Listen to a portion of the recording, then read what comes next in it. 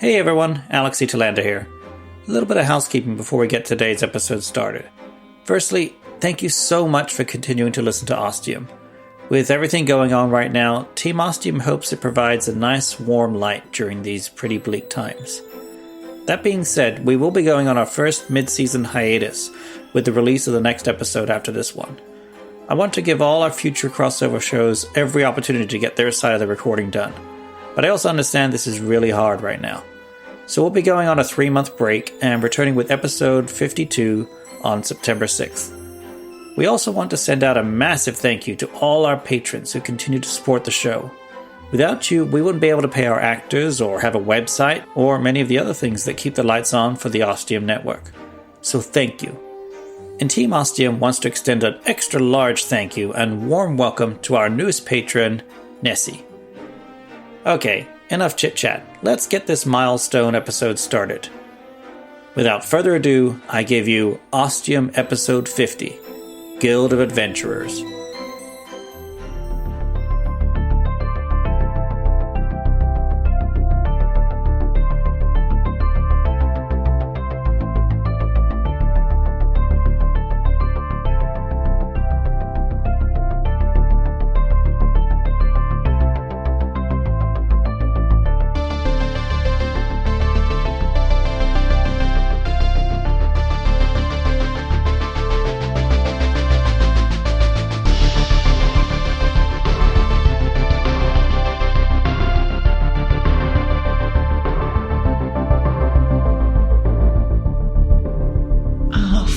Great. It's pitch black. Hello? Hello? Nothing. I've got a light here somewhere. Oh, great. Now I can see I'm in a fucking stone room. Hello? Let's assume no one's coming to my rescue. That'd fit with the rest of my life. So, Monica, you can't be in here for no reason. Let's figure it out. Lieutenant Dan. Can you imagine in only a few more weeks this whole guild hall will hardly be recognizable? Oh, I know, Captain. It's definitely a step up from when I first joined. Me too. Not in my many years here have I seen the guild looking so amazing.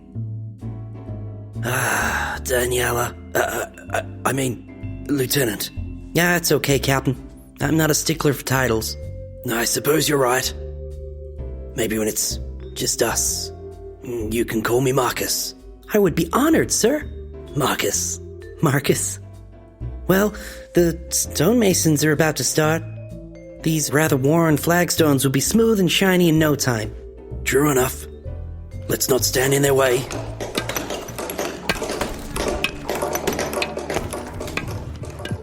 What the fuck is that noise? Hello? Can anybody hear me? Oh, this is just great. I get to a new place and it turns out to be a dead end. Fuck! Hey! This wall moves!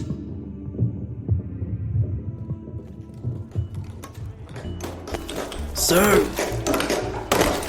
how long do you think they'll be working on the flooring? Assuming there's not unforeseen delays, it wouldn't take them more than a day or two. Maybe I should take everyone out and away for a few days. Until this noise subsides. That may be a good idea, Marcus. We could always see if Lady Ileana's manor has got a spare room or two. Maybe some R&R is just what we all...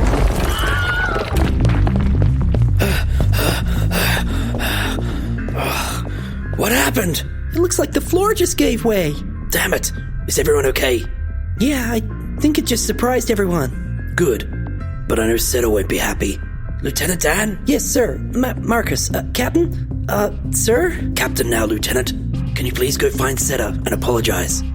I'm sure she won't be happy about rubble ending up in her tunnels. Yes, Captain. I'll go on... Hello? Did you hear that? It's coming from that hole. Lieutenant, a torch. Here, Captain. It looks like a staircase heading downwards. This isn't the sewer system. Is anyone up there? We're coming. Hold on. Oh, thank fuck. A door at the end of a staircase underneath the guild. Are you okay in there? Not particularly. Can you get this door open? It's locked on this side. I was hoping you'd have the key. Hold tight. I know just the thing. Mercer! Captain? Get down here. I need you to open a door. Captain? It's locked, Mercer. I don't have a key, and there's someone trapped inside. Can you please... smash it with extreme prejudice? When this door opens, it can never be shut again. I'm sure we can make another one. That is not what I meant, Captain. Can you feel it, Captain? What are you talking about? The calling. Can you feel the calling? Not now, Mercer. Are you okay in there? I am now. Whoa. You're a big one. And you have opened the luminarium and sparked the beacon into the darkness. Is she... it... always like this? Always. Let's get you out of here, where we can, talk.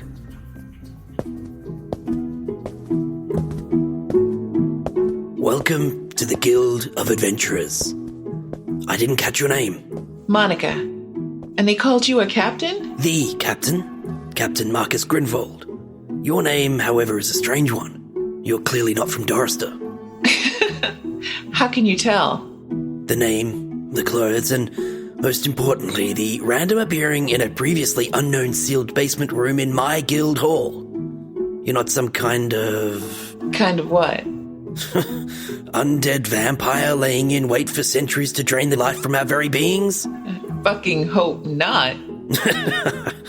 Well, that's settled then, but how did you get down there?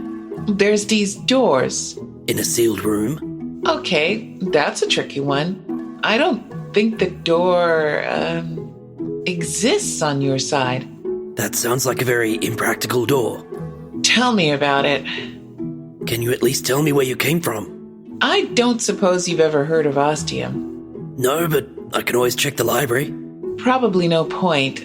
On the topic of unlikely things, you haven't had any other unfamiliar strangers come through of late? I'm afraid not. Not surprised. I don't know if I'll ever find him. I often find when I'm searching for something, looking within is the first step. Wow. That's deep. But often true. Did you have something specific in mind, or do you often spout words of wisdom in times of need? It's probably easier if I show you. Show me? Show me what? There's an orb, and, let's just say it might provide you with some inner clarity. Sure. What have I got to lose? Follow me, then. Lieutenant? Yes, Captain? The Lady Monica and I are just stepping out. Keep an eye on things here. Of course, Captain. Enjoy your walk with a random woman. The captain led me out of the guild hall, and the sight outside reminded me of something from a fantasy movie. Lord of the Rings or Game of Thrones or something like that. Cobblestone streets, carts pulling produce, a group of day drunks stumbling out of a tavern. It was certainly different from any place I'd been before, but at the same time, certain elements seemed almost familiar. We walked for a number of minutes, the captain pointing out buildings here and there while we wound our way through streets and alleyways. The conversation moved on to my reasons for arriving in Dorrister, and naturally, to Jake. It sounds like he means a lot to you. More than I care to admit, really. It's always hard to admit how you feel for someone. That sounds like a loaded statement. Who have you got eyes for, Captain? No one. Ah, the sweet sounds of denial. Not just a river in Egypt. Egypt? Never mind. Let me guess. Lieutenant Dan? She certainly didn't like the idea of the two of us heading out alone. No, I mean, certainly not. She's my subordinate. Hey, whatever gets you going, no judgment here. Thank goodness we're here.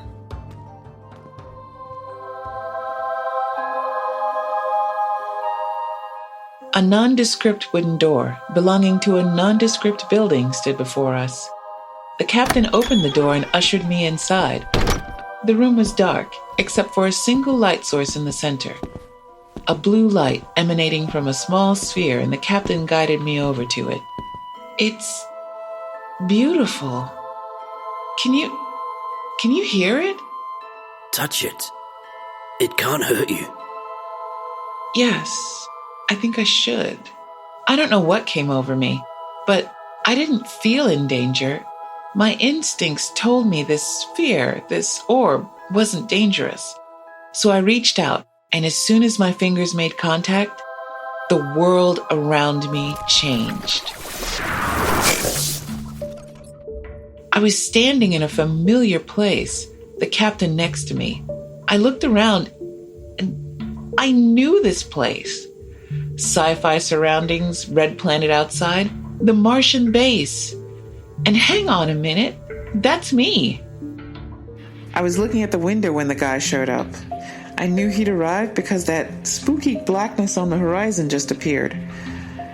So whatever it was tied to that guy somehow. Okay. I kept hidden and secretly followed him as he checked out the place. He geeked out more than I did. I kept my shit together. He didn't. Typical fucking guy. He kept touching and grabbing stuff. He didn't know what it was. Didn't he know I could maybe hurt him? The guy wasn't cautious at all. I sure hoped he didn't find the goddamn armory, if this place had one. I decided the time was at hand, that blackness was getting closer, which meant the clock was ticking, and we didn't have very long. I snuck on ahead, made some noise, showed myself a few times, letting him chase me, and then hung out at the door, waiting for him. Finally, he made his entrance. What the hell took him so long? He saw me right away. That look on his face was priceless. His mouth actually hung open. I took it as a compliment. If I was going to be stuck in Ostium with one other person, maybe it wasn't so bad it was this guy. I gave him a wink and stepped through and closed the door. I knew his oh shit-o-meter was going to be through the roof and just waited on the other side. That blackness had been coming fast. I started to wonder if it got him, consumed him, and that moment in time of nothingness was gone. Then the door opened and he flew through. He crashed to the ground head first. I grabbed the door to close it. I looked through at the blackness that was reaching for the open doorway. Tendrils breaking off of it, wanting to get through. Midnight fingers trying to get across. I saw that ghostly skull again, a white in the blackness. I slammed that door closed. The guy was out cold. No surprise there. As usual, it's up to the woman to do all the heavy lifting. I picked him up, grunted, threw him over my shoulder, and headed back to my pad. I dropped him on my bed, made him snug, found his blanket. Thought for half a second of taking his pants off, to make him comfortable, of course, but thought better of it. And when the young prince finally gets enough beauty sleep, we'll see what he has to say and what he thinks of yours truly. What the fuck was that? You tell me. All that metal? And what was that blackness? You could see that? Oh yes, we both experienced your memory. I am missing the necessary context, but I assume the gentleman you so gracefully carried to bed was Jake? Yes. So this sphere lets you see memories? A memory orb, yes. Not a common item in this city, but I find it does help to clarify the important things in life. So why did I see that memory? Was there anything important in it? Only that it was the first time we'd sort of met. Well, clearly that's important to you. Can I use it again? There's not some kind of radiation poisoning. Other than eventual madness from overuse? What? Nothing, just my little joke. Just Touch it again and it should show you more. All right, here goes. Oh, we're in Ostium. Seems nice. Impressive clock tower. Shit. Look, that's me and Jake. We just kind of appeared there. Oh, this was just after the Anasazi. As we head inside, I look back, wondering if we actually came through one of the Ostium doors, or did I just cut a hole in reality with an artifact and pass through back to Ostium like it was nothing? If that's the case, that must have required an immense amount of energy. It leads me to Newtonian laws, how everything needs to be balanced and how nothing can truly be destroyed but simply transformed. Where does all the energy come from? Where does it go? What sort of sacrifice has to be made? Depressingly, this leads me to the cost Ostium seems to have exacted, not just on us, but perhaps on others. And then all that death happening on my home planet comes back to me. I'd totally forgotten it, like it was hidden in my mind. How could I have forgotten that series of horrible tragedies? That devastation and death. Inside the clock tower, as Monica's preparing yet another batch of award-winning tea, I bring this to her attention, voicing my thoughts, feelings, and concerns. She turns to me, and for just a second I see a look of exasperation in her eyes. What the hell? But then it's gone, replaced by, well, a sultry look. Is that lust? Then Monica comes hungrily at me, and I'm in her arms, falling to the floor as we tear at each other's clothing, wanting to feel flesh, get skin to skin, and satisfy those pleasure centers in our brains and other parts. A while later, the water in the pot starts boiling for tea, but we don't care. We're already hot enough.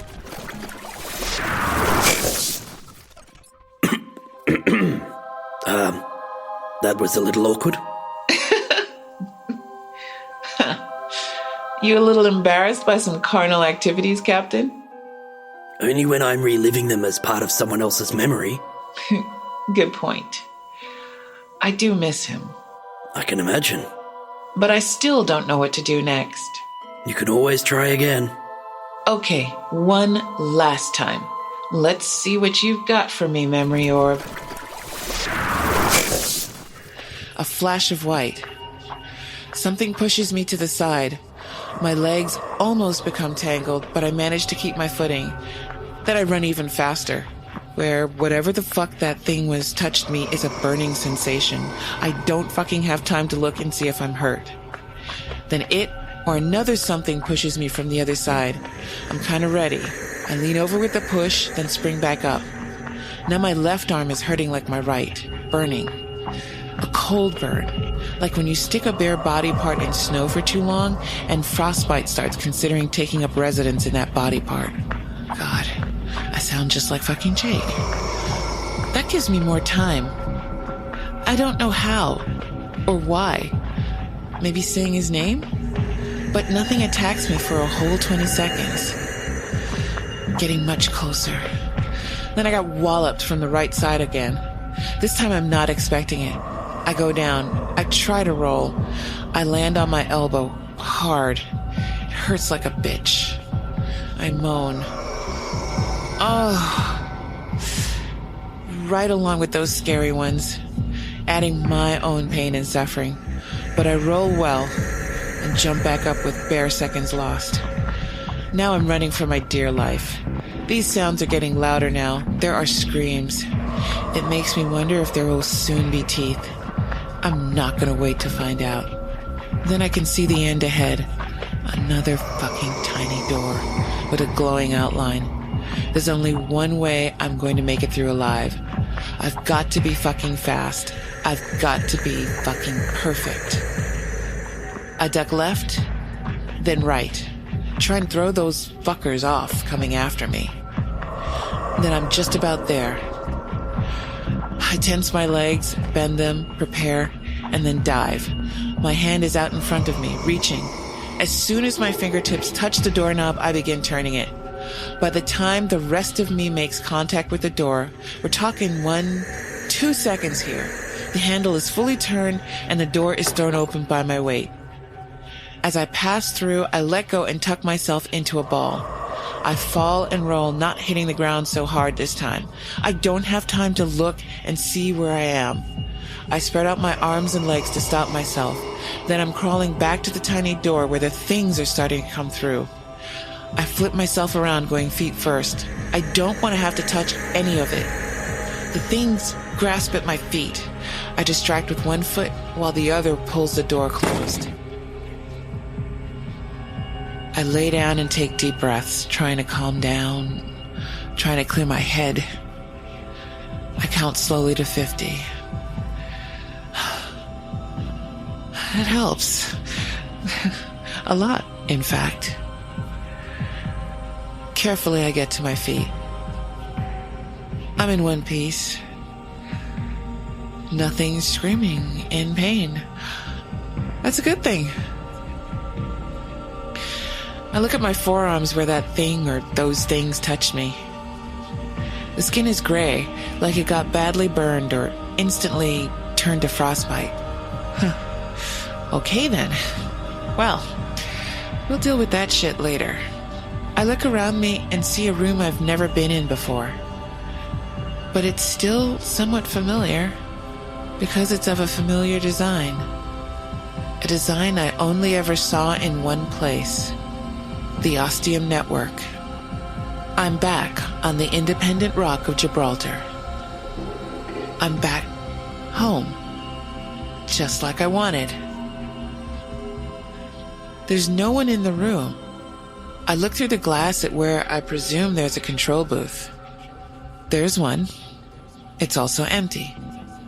I start jogging, leaving the room, going to the next and the next and the next, and you get the picture.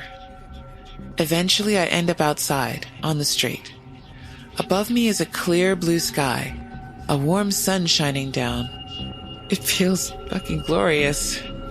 But I'm not really appreciating it right now, because I'm back on the rock, part of the Ostium Network once again. And I'm totally fucking alone. Again.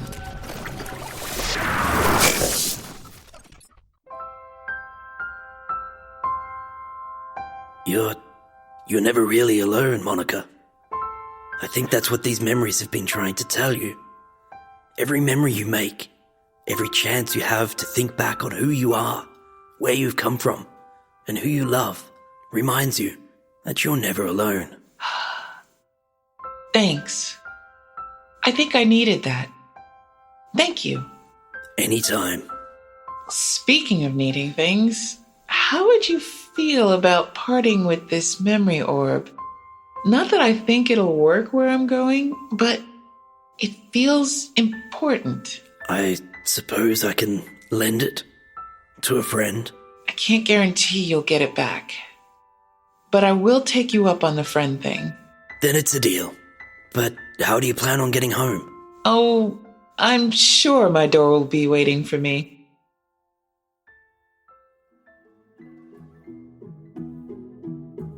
I tucked the memory orb into my pocket, and we headed back through the winding streets of Dorister, now late afternoon with the sun beginning to set. How long had I been here? We walked in silence. I could tell the captain was processing what he'd seen in my memories. It was hard enough to have experienced them, let alone see them as an observer and try to make sense of them. We walked back into the guild hall, the large doors closing behind us. The hall was still lit by the setting sun outside, the rays of light coming down through a stained glass window in the roof directly over the staircase that led to the chamber I had arrived in. I said my farewells to the hulking metallic frame of Mercer, who, despite having no controllable facial features, seemed to manage a menacing glare with ease. I nodded at Lieutenant Dan, who seemed to be trying to glare at me as hard as Mercer, and I could tell she didn't like what she thought of as competition for the captain. Well, I'd better be off. Yes, of course. Thanks for the memory orb. Use it well, Monica. And good luck. Thanks, Marcus. I leaned in and gave the captain a quick kiss on the cheek, and Lieutenant Dan looked like she was about to fucking explode. I'm such a bitch.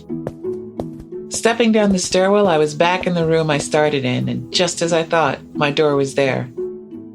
I grabbed the handle, felt the weight of the orb in my pocket, opened the door, and stepped through.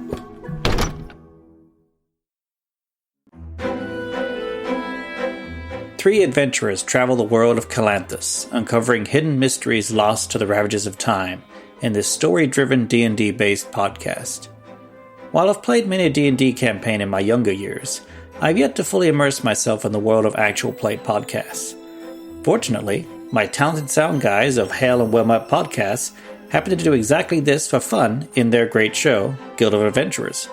So if you're looking for the right D&D podcast to get started with, and you enjoyed this crossover, then you'd better start at the beginning of Guild of Adventurers. This episode was written by Tarran Merlo and Mike Nye. The part of Monica is performed by Georgia Mckenzie. All other parts are performed by Tarran Merlo. Sound design was done by the same guys who wrote this episode, Hail and Well Met Podcasts. Check out more of their great work at hailandwellmetpodcast.com. The Ostium theme song was composed by Chris Fletcher. The music featured in this episode was Arcadia, Lightless Dawn, Lobby Time, Lord of the Land, Rights, Symmetry, Higher, Variation on Egmont, Verano Sensual, and Wholesome, all by Kevin McLeod, and Looking Back by Cellophane Sam. For a link to a transcript of this episode, please check the show notes. We're all going through very hard times right now, and we wanted to thank you first for listening to this episode. We hope you enjoyed it, and we hope it provided a little merriment to your day. If you are perhaps interested in supporting the show, the best way to do that is through Patreon. Everything we make primarily goes to pay our actors for all the Ostium Network shows. We've got more shows planned, including an anthology series, and we want to be able to pay and support our actors. So if you can spare as little as $2 a month, that will go a long way, and also grant you access to a ton of bonus material. Just head on over to patreon.com/OstiumPodcast. Our next episode arrives in a fortnight.